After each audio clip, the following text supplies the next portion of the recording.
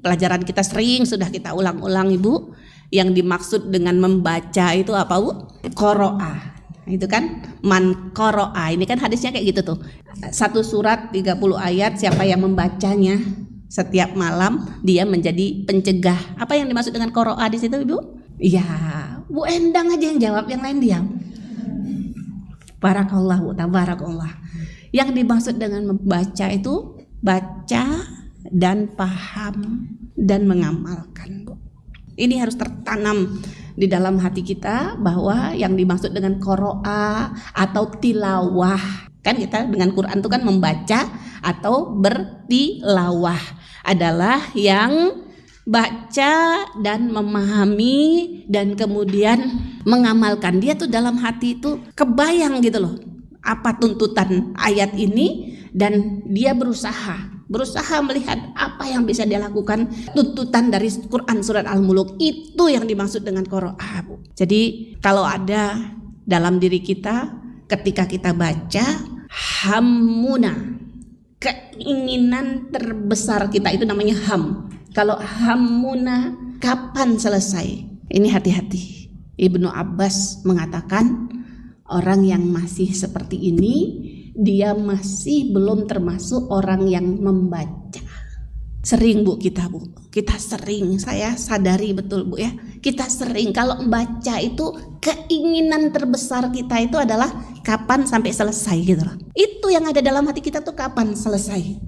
Barakallahu jibidil gitu ya. Terus udah selesai udah gitu.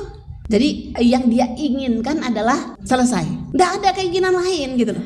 Berarti kalau keinginan membaca itu inginnya selesai, kira-kira gimana Bu? Bacanya cepet-cepetan, bacanya tanpa pemaknaan.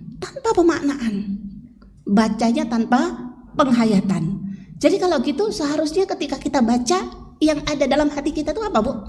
Kepengin ngingat gitu loh. Kalau yang sudah paham, kepengin mengingat, kepengin menikmati Bu. Kepengin dapat kekuatan gitu loh. Kepengin dapat suntikan. Kepengin dapat pencerahan. Itulah hidayah. Nah, orang yang begini bacanya gimana?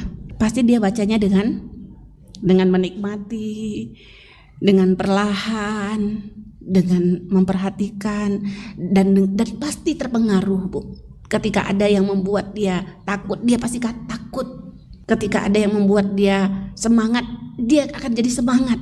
Dan ketika baca seperti itu, ada perintah, pasti dia kemudian, oh iya nih aku diperintah untuk ini PR nih aku diperintah untuk ini gitu loh. Nah itu yang baru namanya membaca, itu baru namanya qoro'ah, itu baru namanya tilawah.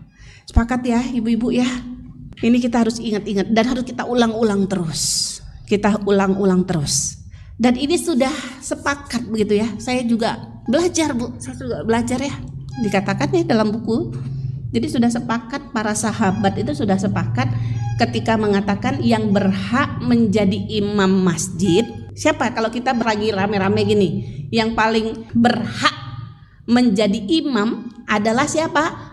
Aqra'uhum, bahasa hadisnya.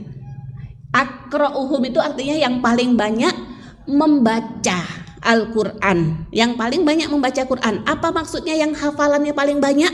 Bukan. Tapi yang paling baca dan paling paham dan paling mengamalkan gitu loh. Walaupun ya hafalannya lebih sedikit.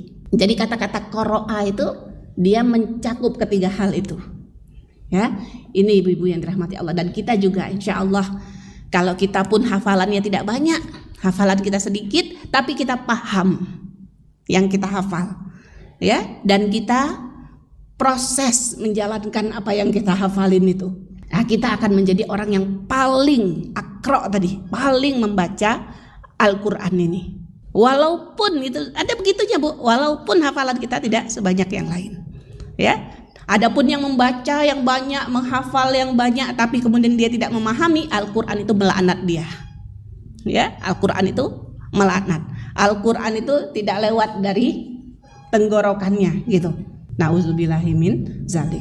Baik, sudah ya, ibu-ibu yang dirahmati Allah. Jadi ini kita proses untuk memahami.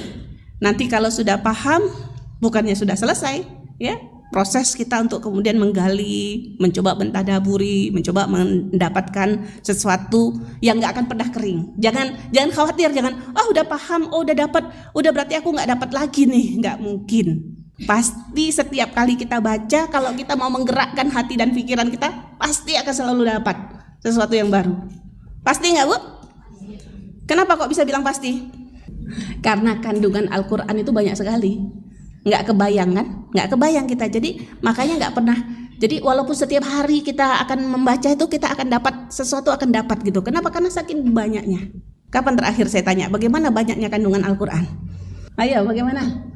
Itu dunia. Kalau itu dunia dibanding akhirat. Bukan yang itu. Farah. Ya, yang itu. Semua laut jadi tinta. Itu loh. Polpennya yang mana? Jangan ranting doang, semua kayu. Semua kayu dan semua rantingnya termasuk. Jadi pohon kayu itu, kalau pohon kayu kira-kira mau dibikin polpen bisa jadi berapa polpen? Pohon kayu sebesar ini. Banyak banget kan? Kan dipotong-potong, polpen kan nggak mungkin sebesar ini polpen. Ya kan, pasti polpen cuma kecil gitu aja. Jadi semua kayu dijadikan kolam. Semua laut dijadikan tinta dan ditambah berkali-kali. Ada ayatnya berkali-kali, midada. Ada yang dikatakan sab'u, 7 kali lipat. Akan kering? Enggak akan kering itu loh. Jadi udah habis itu semua, masih ada kandungan ini lagi yang belum tertulis gitu. Berarti itu tadi jaminan akan banyak sekali ya. Jadi itu yang terus coba kita gali, Bu. Itulah tujuan kita membaca. Oke, sudah.